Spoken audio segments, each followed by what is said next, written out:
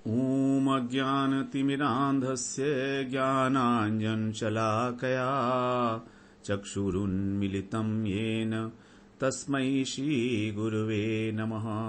वन्देऽहं श्रीगुरो श्रीयुतपदकमलं श्रीगुरून् वैष्णवांश्च श्रीरूपं सागरजातं सहगण रघुनाथान्वितं तं सजीवं साद्वैतं सावधूतं परिजनसहितं कृष्ण चैतन्यदेवं श्रीराधा कृष्णपादान् सहगण ललिता श्रीविशाखान्वितांश तमादिदेवं करुणानिधानं तमालवर्णं सुहितावतारम् अपार संसार समुद्र सेतुं भजामहे भागवत स्वरूपम्। हे देव हे दैत हे भुवनैक बंधो हे कृष्ण हे चपल हे करुणैक सिंधो हे नाथ हे रमण हे नयनाभिराम हा हा कदानुभवितासि पदं दृशोर्मे। श्री कृष्ण चैतन्य प्रभो नित्यानंदा श्री अद्वैत गदाधर शिवसदि गौर भक्त वृंद। हरे कृष्णा कृष्णा कृष्ण हरे हरे हरे राम राम राम हरे हरे। हरे कृष्णा। सर्वप्रथम मैं अपने गुरुपाद पद ओम विष्णुपाद अष्टोत्तर शत श्री श्रीमद् भक्ति वेदांत माधव गोसाई महाराज के चरण कमलों में अनंत कोटि दंडवत प्रणाम ज्ञापन करता हूँ। श्रीमद् भागवत पुराण का हम स्कंद पुराण में जो महात्म्य है उसका दूसरा अध्याय हम लोग श्रवण कर रहे हैं। तो उसमें पिछले सत्र में हम लोगों ने श्रवण किया कि किस प्रकार जो कृष्ण की महिषियां थी, कृष्ण के जाने के बाद उन्होंने जब कालिंदी जी को देखा तो देखा कि कालिंदी जी को तो किसी प्रकार का विरह नहीं है भगवान से जाने का, जबकि वो सब जो है विरह में व्याकुल हो रही थी। तो उन्हें आश्चर्य हुआ। उन्होंने पूछा कालिंदी जी से कि आप जो हैं आपको विरह क्यों नहीं हो रहा है। तो कालिंदी जी ने बताया कि देखो, मैं कृष्ण की आत्मा है राधा जी और मैं राधा जी की दासी हूं। तो मैं दासी भाव से जब राधा जी की सेवा करती हूं तो, और राधा और कृष्ण दोनों एक हैं, उनका कभी वियोग है ही नहीं। वस्तुतः राधा और कृष्ण का कभी वियोग नहीं है। तो जब राधा और कृष्ण का वियोग नहीं है तो राधा जी की सेविका होने के कारण मेरा भी कृष्ण के साथ संयोग है। इस प्रकार मुझे जो विरह स्पर्श नहीं कर पाता। और ये भी बताया कि जितनी भी ब्रज में गोपियां हैं वो सभी राधा जी की ही कायवियुहा हैं, इसलिए उनको भी विरह नहीं हुआ। जब कृष्ण मथुरा चले गए थे अक्रूर के ले जाने पर, तो उनको जो विरह हम लोगों को देखा जाता है उनके अंदर, तो वो विरह का आभास था। और जब उद्धव जी आए तो उनको समझ में आया कि हमारे कोई आभास था, उसके बाद उनको किसी प्रकार का कोई विरह नहीं हुआ। उसी प्रकार से उन्होंने कहा कि आप लोग भी सब जो है कृष्ण राधा जी की ही अंशभूता हो, तो आप लोगों के अंदर भी जो विरह है ये केवल अंश मात्र में ही आपको हो रहा है, क्योंकि आप ये नहीं जानते कि आप कौन हो। अब जब आप ये जान जाओगे कि आपका क्या स्वरूप है तब आपको विरह नहीं होगा। और इसके लिए तुमको आवश्यकता है कि तुम्हारी उद्धव जी से भेंट हो किसी प्रकार से। तो जब उद्धव जी का सत्संग प्राप्त होगा तब तुम्हारा जो कृष्ण से वियोग है ये खत्म हो जाएगा और तुमको नित्य विहार का अनुभव होगा कृष्ण के साथ। अब हम यहां पर 18वें श्लोक से श्रवण करते हैं दूसरे अध्याय का। सूत उवाच एवमुक्त्वा तः पत्न्या प्रसन्नां पुनरब्रुवन् उद्धवालोकनेनात्मा प्रेष्ठ संगम लालसा। प्रेष्ठ संगम लालसा अर्थात जितनी भी महिषियां हैं उन सबको भगवान के साथ अत्यंत लालसा है, भगवान के साथ मिलने का। प्रेष्ठ संगम लालसा। तो सूत जी कह रहे हैं कि जब कालिंदी जी ने इस प्रकार उन्हें बताया एवं उक्त्वा, तो पत्नियों को समझाया, तो जो कृष्ण की पत्नियां थीं वो यमुना जी से बोली। तो उस समय उनके हृदय में बड़ी इच्छा थी कि किसी भी उपाय से हो हम उद्धव जी को देखें, अवलोकने न, उद्धव जी का हम अवलोक करें, मतलब उनको देख पाए, जिससे कि हमको प्रियतम का, अपने प्रेष्ठ का नित्य संयोग प्राप्त हो सके। श्री कृष्ण पत्नी उचुहु धन्यासि सखी कांतेन यस्या नैवास्ति विच्युतिः यतस्ते स्वार्थ संसिद्धिस् तस्या दास्यो बभूविम। कृष्ण की पत्नियों ने कहा कि हे सखी, तुम्हारा जीवन धन्य है। सखी, धन्यासि सखी कांतेन, क्योंकि तुम्हारा कभी भी अपने कांत के साथ, प्राणनाथ के साथ वियोग नहीं होता। विच्युति, वियोग तुम्हें अनुभव नहीं होता, भोगना नहीं पड़ता। और जिन राधिका जी की कृपा से, तस्या दास्यो, जिन राधी जी की कृपा से तुम्हारे अभीष्ट की सिद्धि हुई है, अब हम भी उनकी दासी हो गई हैं। बभूव इम, हम भी अब अपने को राधा जी की दासी ही मानने लगी हैं। इस प्रकार से उन्होंने कहा, क्योंकि तुम दासी मानती हो तो हम भी उसी भाव से अब राधा जी की दासी अपने को मानने लगी हैं। फिर आगे कह रही हैं, परंतु धव लाभे स्यादस्मत् सद्वार्थ साधनम तथा वदस्व कालिंदी तल्लाभोपि यथा भवेत। अब वो कहते हैं कि तुमने कहा कि हमारा उद्धव जी से जब संगम होगा, सत्संग होगा, तब हमारा ये विरह शांत होगा। परंतु उद्धव जी किस प्रकार से मिलेंगे? परंतु उद्धव लाभे स्यात्, हमारा उद्धव जी से सत्संग हो और हमारे सर्वार्थ का, हमारे जो लक्ष्य है उसकी पूर्ति हो, तो ऐसा कोई हमें उपाय बताइए। वदस्व कालिंदी, उस प्रकार का हमको आप उपाय बताइए। तो अब 20वें श्लोक में सूत जी कह रहे हैं, सूत उवाच एवं मुक्त्वा तु कालिंदी प्रत्युवाचाथ तास्तथा स्मरन्ति कृष्ण चंद्रस्य कला षोडश रूपिणी। जब इस प्रकार से कालिंदी से कहा कृष्ण की पत्नियों ने, तब जो कालिंदी हैं वो कृष्ण का चिंतन करते हुए 16 कलाओं से युक्त, कृष्ण जो है 16 कलाओं से युक्त है ना, तो कृष्ण की 16 कलाओं से युक्त जो कृष्ण हैं उनका चिंतन करते हुए भगवान का उनसे कहने लगी। प्रत्युवाच, उनके प्रश्न का उत्तर देने लगी। तो क्या उत्तर दिया है उन्होंने? साधन भूमिर बदरी व्रजता कृष्णेन मंत्रिणे प्रोक्ता तत्रास्ते स तु साक्षात् तद वयुनम ग्राहयल्लोकान। उद्धव जी जो हैं भगवान के सखा भी थे, भगवान के मंत्री भी थे और भगवान के जो है वो सखा थे, तो और दास भी अपने को मानते थे उद्धव जी। तो उन्होंने कहा कि जब भगवान अपने धाम जा रहे थे तो उस समय उन्होंने अपने मंत्री से कहा था, मंत्री कौन? उद्धव जी। मंत्री ने प्रोक्ता, कृष्ण ने अपने मंत्री से कहा था कि उद्धव जी जो साधन भूमि है वो है बद्रीनाथ, बद्री का आश्रम, अतः तुम वहीं पर अपनी जाकर साधना करो।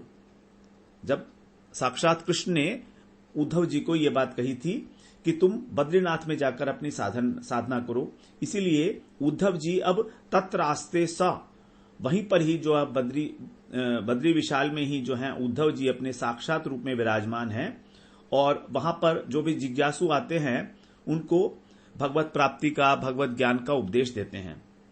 लोकान, लोगों को इस प्रकार से वहां पर जो भी लोग आते हैं बद्री आश्रम में, वहां पर उनको उपदेश देते हैं भगवत प्राप्ति के लिए। 23वें श्लोक में कह रहे हैं, फल भूमिर व्रज भूमिर दत्ता तस्मै पुरैव सरहस्यम फलमिह तिरोहितम तद्हि इदानीम स उद्धवो अलक्ष्य। और जो ब्रज भूमि है ये साधन का फल है।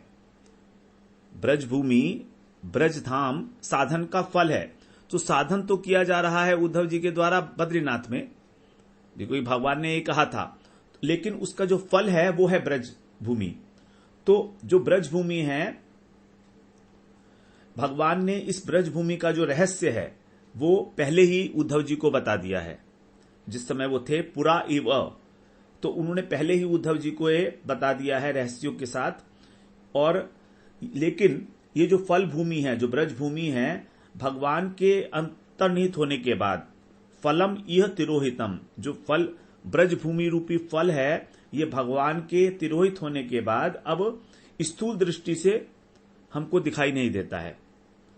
इसलिए हमको उद्धव जी अलक्ष्य रूप से ब्रज में निवास करते हैं, लेकिन साक्षात रूप से कृष्ण साक्षात रूप से यहां पर जो उद्धव जी हैं वो दिखाई नहीं देते हैं अब इस समय में, क्योंकि कलयुग का समय है। तो अब इस समय में उद्धव जी यहां पर भगवान के जाने के बाद ब्रज में साक्षात रूप में दिखाई नहीं देते हैं, प्रत्यक्ष दिखाई नहीं देते हैं। गोवर्धन गिरि निकटे सखी स्थले तद्रज काम तत्र त्यांकुरवल्ली रूपेण आस्ते स उद्धवो नूनम। फिर भी वो कह रही हैं कि एक स्थान है, विशेष स्थान, जहां पर उद्धव जी का दर्शन हो सकता है। वो कहां है? गोवर्धन गिरि निकटे, गोवर्धन पर्वत के निकट में जो सखी स्थल है, वहां पर सखियों का जो विहार स्थल है, वहां पर जो है किस प्रकार से उद्धव जी विराजमान है? तत्र त्रिय अंकुर, अंकुर के रूप में, वल्ली के रूप में, अर्थात अंकुर, लता और बेल, इनके रूप में जो है उद्धव जी जो है विराजमान है, अभी भी वहां पर निवास करते हैं वो। उद्धवो नूनम, नूनम माने अवश्य ही। तो वहां पर इस प्रकार से उद्धव जी का निवास है गोवर्धन गिरी के पास, जो उद्धव कुंड है जिसको अब बोलते हैं हम लोग। तो वहां पर एक सरोवर है उद्धव कुंड, तो वहां पर उद्धव जी का निवास है। उसके पास में ही बहुत सारी लताएं पताएं हैं। 25वें श्लोक में बताया उन्होंने, आत्मोत्सवरूपत्वं हरिणा तस्मै समर्पितं नियतं तस्मात् तत्र स्थित्वा कुसुम सरह परिसरे सब्रजाभिः। अब लताओं के रूप में वहां पर है, क्यों है वहां पर, उसका कारण बता रहे हैं कि आत्मोत्सव रूपत्वम हरिणा तस्मै समर्पितम, ये जो भगवान ने उनको एक आत्मोत्सव, उत्सव रूप स्वरूप प्रदान किया है भगवान ने उन्हें, क्योंकि भगवान का जो उत्सव है वही है उद्धव जी का अंग, इसलिए वो अलग नहीं कर सकते उनको अपने से। हरिणा तस्मै समर्पितम नियतम, नित्य भगवान ने अपना जो उत्सव रूप है वो उद्धव जी को दे रखा है, इसलिए वो भगवान के अंग के समान है। और इसलिए अब कह रहे हैं, इसलिए आप लोग क्या करो, तस्मात, इसलिए तत्र माने वहां पर, स्थित्वा कुसुम सरह, कुसुम सरोवर के परिसर में ब्रजनाभ जी को लेकर वहां पर जाइए आप। महिषियों को ये कहा, कृष्ण पत्नियों को, कि आप वहां पर जाओ, तब आपको वहां पर उद्धव जी के दर्शन होंगे, जो पत्र पुष्पित वो उसके रूप में है, वो वहां पर अंकुर के रूप में है और लताओं के रूप में है।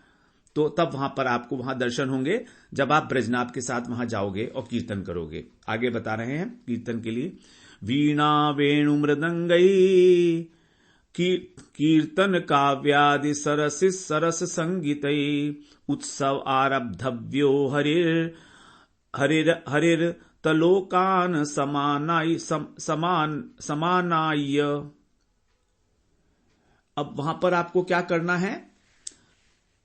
वीणा, वेणु और मृदंग, इस प्रकार से इन वाद्य यंत्रों को लेकर वहां पर कीर्तन करना है। काव्यादि सरस संगीतई, सरस संगीत के साथ, बड़ी लय और ताल के साथ, वहां पर सरस संगीत के साथ तुम भगवान का वहां पर जब कीर्तन करोगे, काव्य कथाएं भगवान की, तो वहां पर एक उत्सव हो जाएगा। उत्सव आरब्धव्यो, उत्सव का आरंभ करो वहां पर जाकर।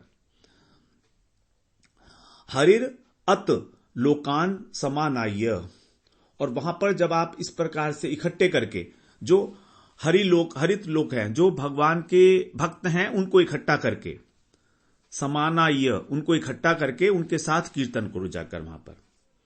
ये कालिंदी कह रही है कृष्ण की पत्नियों से। 27वें श्लोक में कह रहे हैं अब, तत्र उद्धवावलोको भविता नियतम महोत्सवे वितते यौष्माकीणाम अभिमत सिद्धिम सविता सैव सविता नाम। इस प्रकार जो है ये उत्सव महोत्सव का वित्तते माने विस्तार होगा, भवती होगा, भविता।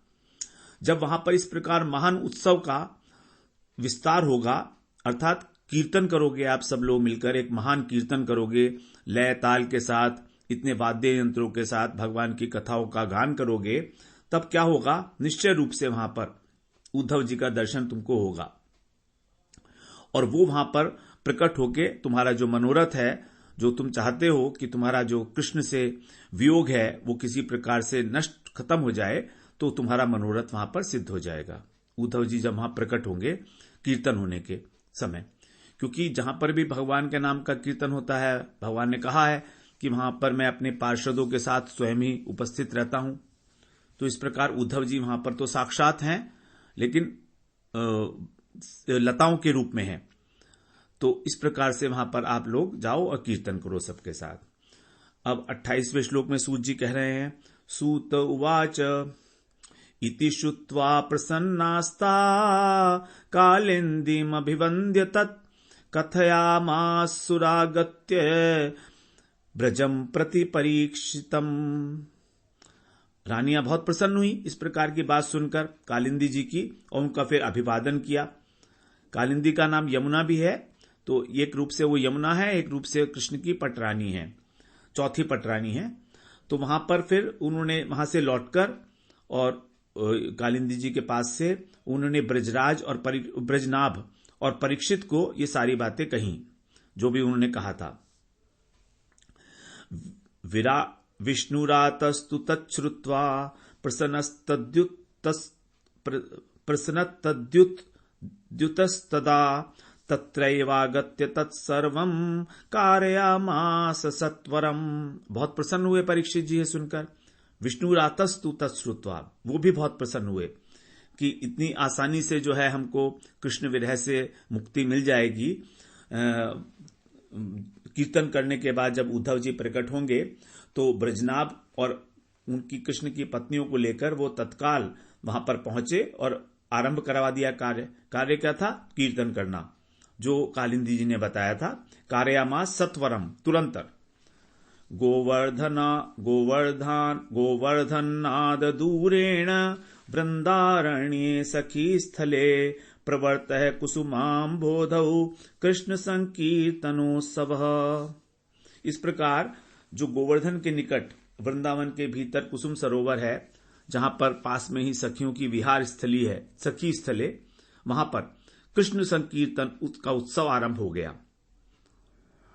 वृषभानुसुता कांत विहारे कीर्तनश्रिया साक्षादिव समावृत्ते सर्वे नन्य दृशो भवन। वो कैसी है भूमि? वृषभानुसुता अर्थात राधा रानी, और कांत विहरे, राधा और कृष्ण की विहार भूमि है।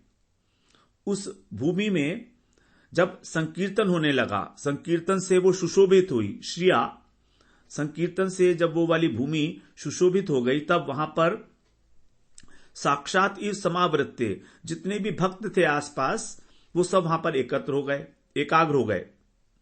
इकट्ठे नहीं हुए, क्योंकि भक्त की मंडली तो लेकर ही गए थे, तो वो सब एकाग्र हो गए। और फिर उनकी दृष्टि सर्वे अनन्य दृश्यो अभवन, उनके मन केवल कृष्ण में ही रम गया कीर्तन करते करते। इस प्रकार के जो धाम की महिमा बता रहे हैं यहां, कि धाम में आकर कृष्ण कीर्तन करते हुए कृष्ण में रम जाना कितना आसान है, सुगम है, क्योंकि यहां पर मन की वृत्ति जो है वो स्वाभाविक रूप से कृष्ण को अपने हृदय के अंदर स्थापित कर लेती है। क्योंकि मालूम है ना कि वृंदावन में तो हर जगह कृष्ण की लीलाएं हुई हैं, तो धाम में आकर जो है मन भगवदाकार हो जाता है। और ऐसा देखते भी हैं, जो बाहर से वृंदावन में लोग आते हैं, वो लोग भी यहां आकर माला करने लगते हैं, जबकि यहां से जाने के बाद सब माला वाला छोड़ देते हैं। इसका कारण ही यही है कि जो धाम का प्रभाव है वो साक्षात दिखाई देता है वृंदावन में। 32वें श्लोक में बता रहे हैं, ततः पश्यत्सु सर्वेषु तृणगुल्मलताचयात् आज गामोद्धव स्रग्वी श्याम पीतांबरावृतः। ततः माने उस समय, पश्यत्सु माने देखते देखते ही, जब सब कीर्तन हो रहा था तो देखते देखते ही वहां पर तृण गुल्म और लता जो फैली हुई थी वहां पर, उनका जो समूह था उसमें से आज गामो उद्धव है, आज गाम मतलब प्रकट हो गए उद्धव जी। और कैसे थे वो? सृगवी, उनके गले में वनमाला थी, श्याम उनका रंग था और पीतांबर धारण किया हुआ था। बिल्कुल कृष्ण जैसा ही उनका वेशभूषा है और कृष्ण से मिलते भी था उनका फेस, उनका जो चेहरा था वो भी कृष्ण से मिलता था। क्योंकि जब उद्धव जी आए थे तो गोपियों को एक बार भ्रम हो गया था कि कहीं कृष्ण ही तो नहीं आ रहे हैं। सृगवी श्याम है पीतांबराव्रत। 33वें श्लोक में कह रहे हैं, गुंजा माला धरो गायन वल्लभी वल्लभम तदागमन तोरे जे भृशम संकीर्तनोत्सव। वो क्या कर रहे थे? गले में मलमाला गुंजा माला पड़ी हुई थी। गुंजा एक यहां पर होता है लाल रंग का एक छोटा सा वो फल टाइप का होता है, खराब नहीं होता है वो। तो गुंजा माला उन्होंने धारण की हुई थी और मुख से बार बार गोपी बल्लभ कृष्ण, वल्लभी वल्लभम, गोपी बल्लभ जो भगवान गोपियों के प्राणधन हैं, उनका बार बार उनका जो है मधुर लीलाओं का गान कर रहे थे। मधु माने मुंह माने बार बार। तद आगमन, तो इस प्रकार वहां पर उद्धव जी के आने से भृशम माने बहुत अधिक, संकीर्तन उत्सव की जो शोभा थी वो बढ़ गई। चंद्रिका गमतो यद्वत् स्फाटिकाट्टाल भूमिणी अथ सर्वे सुखाम बोधौ मग्ना सर्वम विसस्मरु। यहां पर शोभा बता रहे हैं उस स्थान की कैसी थी। चंद्रिका गमतो यद्वत्, वहां पर जो है चांदनी छिटकी हुई थी और उससे शोभा बहुत बढ़ गई थी। जैसे मान लो स्फटिक मणि की कोई अट्टालिका की छत हो, स्फटिका अट्टाल भूमणि, उसके ऊपर जब चंद्रमा की रोशनी पड़ेगी, चांदनी पड़ेगी तो बहुत अधिक शोभा हो जाएगी। इस प्रकार सभी लोग अथ सर्वे सुखाम बोधौ मग्ना, आनंद में मग्न हो गए और सर्वम विसस्मरुहु, अपने आप को भूल गए। उनका जो देहाभिमान था, देहाध्यास था, कीर्तन में और उद्धव जी के आने से इतना प्रभाव हुआ, इतना आनंद का अतिशय अतिरेक हुआ कि सब अपने अपने आप को भूल गए, अपने देह की सुधबुध भूल गए और कीर्तन में मग्न हो गए भगवान के। क्षणेनागत विज्ञाना दृष्ट्वा श्री कृष्ण रूपिणम उद्धवम पूजयांचक्रु प्रतिलब्ध मनोरथा। क्षणेन आगत विज्ञाना, क्षण के बाद, कुछ क्षणों के बाद जब उनकी चेतना वापस आई, आगत विज्ञाना, उनको ज्ञान हुआ, दृष्टवा, तब उन्होंने देखा उद्धव जी को। क्या देखा? श्री कृष्ण रूपिणम, कृष्ण के स्वरूप में ही उपस्थित हैं वो उद्धव जी वहां पर।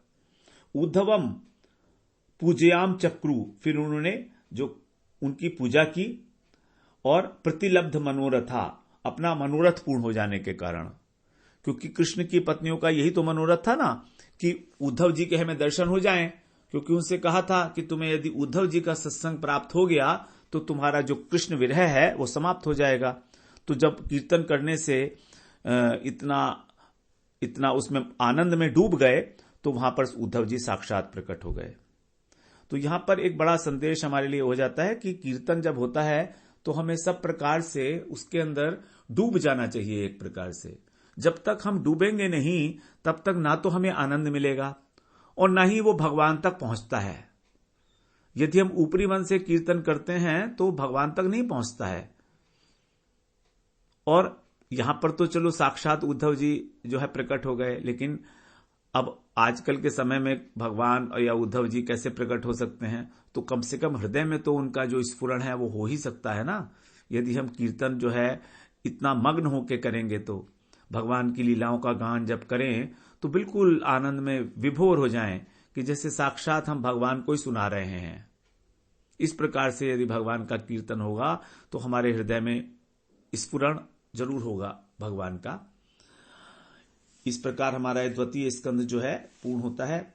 इति श्री स्कांदे महापुराण एकाशीति सहस्त्र्याम संहितायाम द्वितीय वैष्णव खंडे श्रीमद् भागवत महात्म्यने गोवर्धन पर्वत समीपे परीक्षिदादीनि उद्धव दर्शन वर्णनम नाम द्वितीयोऽध्यायः। अथ तृतीयोऽध्यायः। अब तृतीय अध्याय में भागवत की परंपरा, उसका महात्म्य इत्यादि बता रहे हैं कि इसके श्रवण से किस प्रकार भगवान के धाम की प्राप्ति होती है। सूत उवाच अथोद्धवस्तु तान् दृष्ट्वा कृष्ण कीर्तन तत्परान् सत्कृत्याथ परिष्वज्य परीक्षितमुवाच। उद्धव जी ने वहां पर सबको देखा, जितने भी लोग एकत्रित थे, और वो सब के सब कृष्ण के कीर्तन में तत्पर मग्न थे कृष्ण के कीर्तन में। तो उनको देखकर सभी का, कृष्ण कीर्तन में लगा देखकर सभी का सत्कार किया उद्धव जी ने भी, और परीक्षित जी को हृदय से लगाया। परिष्वज्य, इस प्रकार उन्होंने उनको परीक्षित जी को सम्मान दिया उद्धव जी ने। उद्धव उवाच धन्योऽसि राजन् कृष्णैक भक्त्या पूर्णोऽसि नित्यदा यस्त्वं निमग्न चित्तोऽसि कृष्ण संकीर्तनोत्सवे। देखिए कृष्ण के संकीर्तन की कितनी महिमा है, यहां पर कितना स्पष्ट है। महाप्रभु ने कलिकाल में केवल कृष्ण के नाम का संकीर्तन ही एकमात्र साधन बताया है। तो संकीर्तन जहां पर भी होता है हमें उसको अटेंड करना चाहिए, और उसमें बिल्कुल अपने भाव विभोर होके हमें एक संकीर्तन के अंदर योगदान करना चाहिए। धन्योऽसि राजन कृष्णैक, हे कृष्ण, हे राजन, मैं धन्य हो गया, तुम धन्य हो। क्यों हो तुम? क्योंकि तुम ही कृष्ण की भक्ति से पूर्ण हो। कृष्णैक भक्त्या, कृष्ण की एक भक्ति मतलब अनन्य भक्ति, तुम्हारे अंदर कृष्ण के प्रति अनन्य भक्ति है और तुम उसमें पूर्ण हो। पूर्णो असि नित्यदा, नित्य हमेशा तुम्हारे अंदर कृष्ण की भक्ति विराजमान है। क्योंकि ऐसा क्यों है? क्योंकि तुम्हारा जो चित्त है वो कृष्ण संकीर्तन उत्सव में इतना निमग्न है, इतने आप अभिभूत हो रहे हो कृष्ण के कीर्तन से, कृष्ण का नाम और उनकी लीलाओं का गान करके। इसका अर्थ यही है कि तुम्हारा जो हृदय है वो भक्ति के साथ, भक्ति कृष्ण भक्ति से भरपूर है।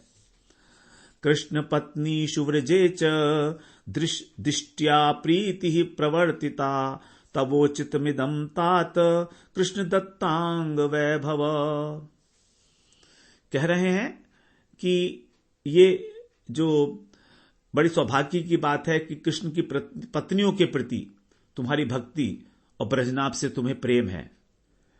कृष्ण पत्नीषु व्रजे, कृष्ण की पत्नियों से और ब्रज से दिष्ट्या प्रीति प्रवर्तिता, इसलिए तुम जो कुछ भी कर रहे हो हे तात वो तुम्हारे अनुरूप ही है। तवोचितम इदम, क्योंकि तुम ही जो है ब्रजनाभ से मिलने आए, तुमने ही शांडिल्य ऋषि का आवाहन किया, तुमने ही, शांडिल्य ऋषि ने तुम्हारे कहने पर ही कृष्ण विरह को शांत करने के लिए महिषी लोगों को उपाय बताया मेरे सत्संग के लिए। इस प्रकार से तो तुम्हारा इस प्रकार से जो तुमने कार्य किया है तुम्हारे उचित ही है। क्यों ना हो? क्योंकि कारण क्या है? कृष्ण दत्तांग वैभव, क्योंकि कृष्ण ने ही तो तुम्हारा शरीर जो है, तुम्हारे शरीर की रक्षा की है।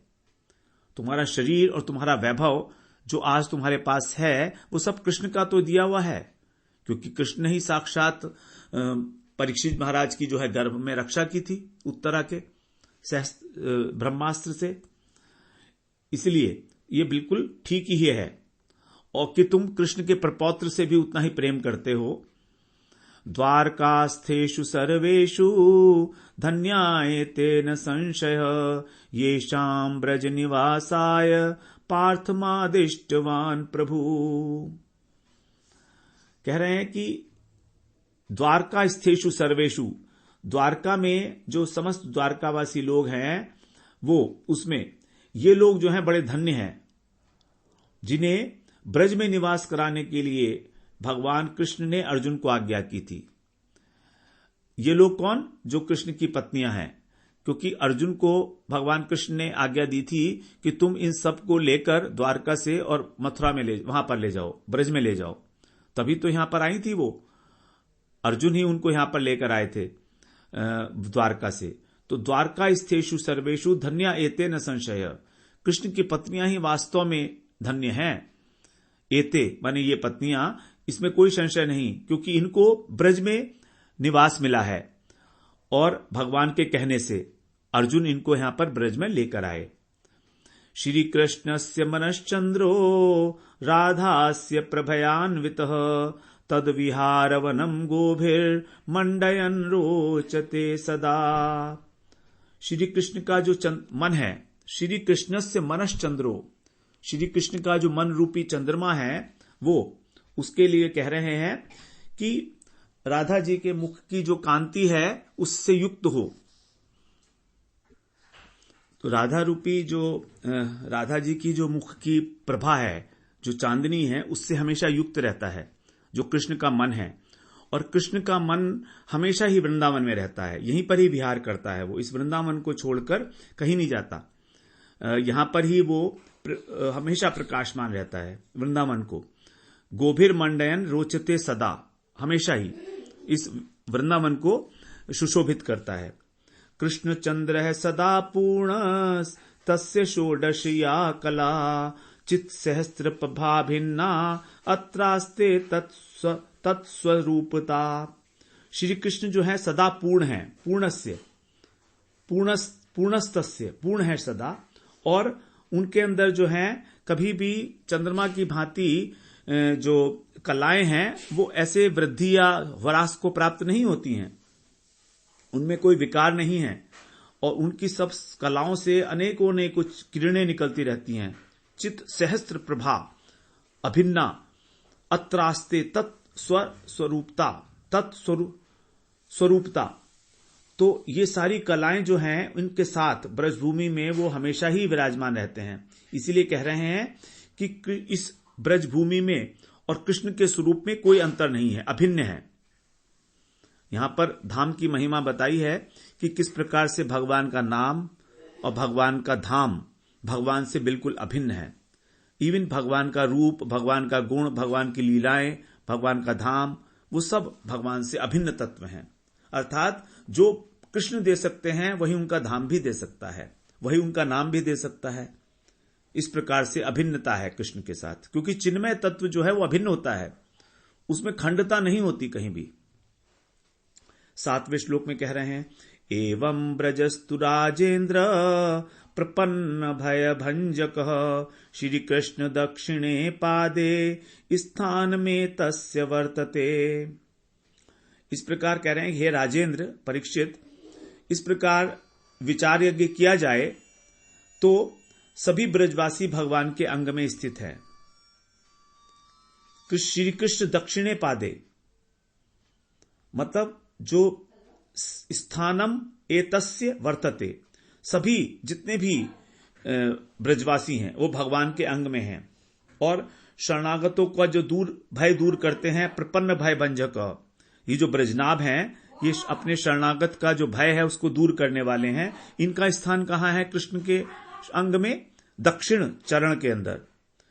कृष्ण की जो दक्षिण चरण है उसके अंदर जो एक चिन्ह है ब्रज का, तो वो ब्रजनाभ जी ही हैं।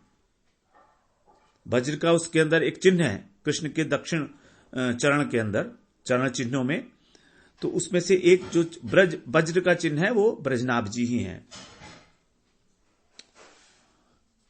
अवतारे अत्र कृष्णेन योग मायाति भाविता तद बलेनात्म विस्मृत्या सीदंत्येतेन संशय। यहां कह रहे हैं इस अवतार में, अवतारे अत्र कृष्णेन, इस अवतार में कृष्ण ने क्या किया है कि योग माया अति भाविता, योग माया से सबको भावित कर दिया, सबको भुला दिया कि वो कौन है, और उसी के प्रभाव से तद बलेन आत्मविस्मृत्या, उसी के प्रभाव से ये जो ब्रजनाभ हैं ये अपने स्वरूप को भूल गए हैं, और सीदंती एते न संशय, इसीलिए दुख को प्राप्त हो रहे हैं। चाहे ब्रजनाभ हो, चाहे कृष्ण की पत्नियां हो, वो सब, उन सब को योग माया ने अब मोहित कर दिया है। इसीलिए वो अपने स्वरूप को भूलकर और कृष्ण के विरह का अनुभव कर रहे हैं। ऋते कृष्ण प्रकाशम तु स्वात्म बोधो न कस्यचित् तत्प्रकाशस्तु जीवानाम मायया पिहितः सदा। अब ऋते का मतलब है रिक्त होना, बिना किसी चीज के। तो कृष्ण के प्रकाश के बिना जब तक कृष्ण की कृपा नहीं होगी तब तक आत्मबोध नहीं हो सकता किसी को भी, कस्यचित। कृष्ण का प्रकाश मतलब कृष्ण की कृपा ही हमें हमारे स्वरूप का बोध कराती है। और तत्प्रकाशस्तु जीवानाम माया पिहिता सदा। और जो कृष्ण का वो प्रकाश है, कृष्ण की जो कृपा है, वो जब उस कृपा, वो जो कृष्ण तत्व है वो हमारे हृदय के अंदर स्थित है, लेकिन उस पर माया का पर्दा पड़ा है, माया पिहितः सदा। जब तक कृष्ण की शरण नहीं ली जाएगी, जब तक कृष्ण का भजन नहीं किया जाएगा अनुगत्य में, तब तक वो माया का पर्दा नहीं हटेगा और तब तक हम कृष्ण की कृपा का अनुभव नहीं कर सकते। कृपा भगवान की सबके ऊपर है, लेकिन अनुभव नहीं होता है माया के कारण। अष्टाविंशे द्वापरान्ते स्वयमेव यदा हरि उत्सारये निजाम मायाम तत्प्रकाशो भवेत् तदा। अष्टाविंशे 28वें द्वापर के अंत में जब भगवान स्वयं आकर वो पर्दा उठा लेते हैं माया का अपनी प्रकट लीला में, तब उस समय जितने भी जीव हैं उन सबको भगवान का दर्शन होता है। प्रकट लीला में केवल उस समय के लिए ही, जब भगवान प्रकट लीला में है, तो ये भगवान की एक विशेष अनुकंपा है कि जब भगवान आएंगे इस धराधाम पे, तो 28वें जो चतुर्युग में, जो 28वें जो हमारा अभी चल रहा है चतुर्युग, तो उसके अंत में द्वापर में आए हैं भगवान। और जिस समय भगवान यहां पर थे उस समय सभी ने उनका दर्शन किया है, यह बताया जा रहा है यहां पर। फिर आगे कह रहे हैं, सतु कालो व्यतिक्रांत तेने नम परम शृणु अन्यदा तत्प्रकाशस्तु श्रीमद् भागवतात् भवेत्। लेकिन जब यहां कृष्ण थे वो तो समय अब बीत गया, सकालो वो वाला काल जो है अब बीत गया है, इसलिए उस प्रकाश को प्राप्त करने के लिए तत्प्रकाश अन्यदा एक दूसरा युक्ति है, वो मैं तुम्हें बता रहा हूं। उसका क्या उपाय है वो तुम सुनो उसको। क्योंकि 28वें चतुर्युग के द्वापर के अंत में यदि कोई कृष्ण का प्रकाश पाना चाहे तो उसके बाद उसके अतिरिक्त कैसे मिलेगा उसको? श्रीमद् भागवतात् भवेत्। श्रीमद् भागवत के द्वारा ही उसको वो प्रकाश प्राप्त होगा। अब जब कृष्ण अब नहीं है, जब कृष्ण थे द्वापर के अंत में तब तो ठीक है, लेकिन उसके बाद उस समय के अतिरिक्त जब भगवान की प्रकट लीला नहीं है, तब जो प्रकाश प्राप्त करना है, यदि कृष्ण की कृपा प्राप्त करनी है, तो वो हमको मिलेगी भागवत से ही। अब इसके बाद जो है फिर भागवत का जो है महिमा, भागवत के महात्म का जो है विस्तार है और श्लोक हैं, उसको हम लोग अगले सत्र में श्रवण करते हैं। वांछा कल्पतरुभ्यश्च कृपा सिंधुभ्येव च पतितानां पावनेभ्यो वैष्णवेभ्यो नमो नमः।